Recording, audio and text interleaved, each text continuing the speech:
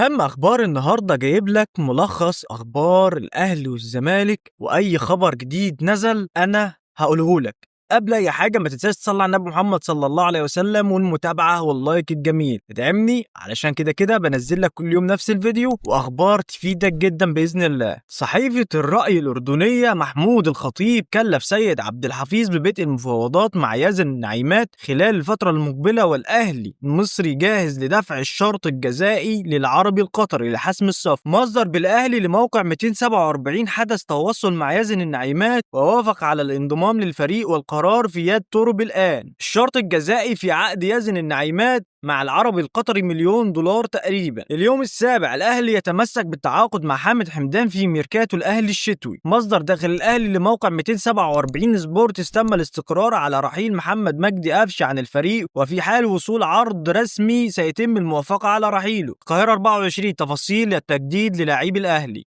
بالنسبة لديانج، الأهلي عرض على اللاعب $1,250,000 سنويا بزيادة سنوية $100,000 بالإضافة لعقد إعلانات مميز من الفئة الأولى. اللاعب طلب من الأهلي الحصول على $1,800,000 سنويا تشمل قيمة الإعلانات. بالنسبة لحسين الشحات، اللاعب لم يرفض القيمة المالية وعقد الإعلانات، والاعتراض الوحيد على مدة العقد. الأهلي عرض على اللاعب تجديد موسم وموسم آخر بموافقة الطرفين. اللاعب يصر على موسمين وآخر ثالث بموافقة الطرفين، يعني محتاج يجدد سنتين والموسم الثالث بموافقة الأهلي وموافقة اللاعب. بالنسبة للاعب أحمد عبد القادر، عرض الأهلي التجديد 3 سنوات مقابل 15 مليون جنيه تزيد بواقع $1,000,000 كل سنة. اللاعب طلب الحصول على 30 مليون جنيه سنويا في عقد لمدة 3 سنوات. مباراة الأهلي وإنبي في كأس عاصمة مصر موعدها يوم الجمعة الموافق 11 ديسمبر 2025 في تمام 8 مساء وليس الخميس. موقع كورة، اجتماع حاسم بين الخطيب وتورب لحسم صفقات الأهلي الشتوية.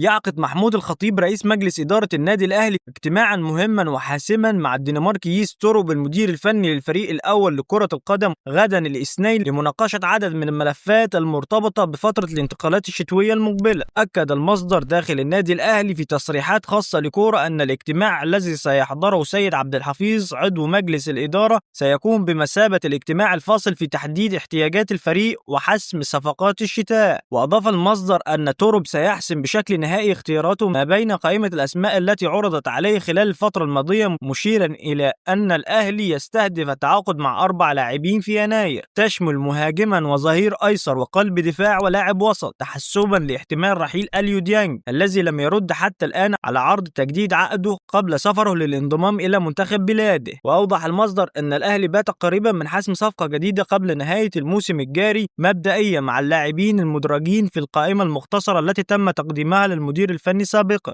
وفقا ل 247 سبورتس، استياء داخل الزمالك من جون إدوارد المدير الرياضي واتجاه لفسخ التعاقد معه بالتراضي خلال الساعات المقبلة بسبب الأزمات المتكررة. اللاعب المغربي محمود بنتايج يوضح بأنه مستعد للوصول إلى اتفاق مع نادي الزمالك المصري وعدم إتمام إجراءات فسخ تعاقده بشرط الحصول على مستحقاته المالية المتأخرة. مصادر لموقع القاهرة 24 الفلسطيني عمر فرج يفسخ تعاقده مع نادي الزمالك. بس كده يا صديقي، دي ملخص الأحداث وملخص أخبار النهاردة. لو شايف إن أنت استفدت من الفيديو دعمني واستناني فيديو جديد، دعمني بلايك ومتابعة علشان أستمر، واستناني فيديو جاي. ده كان نهاية كلامي، سلام.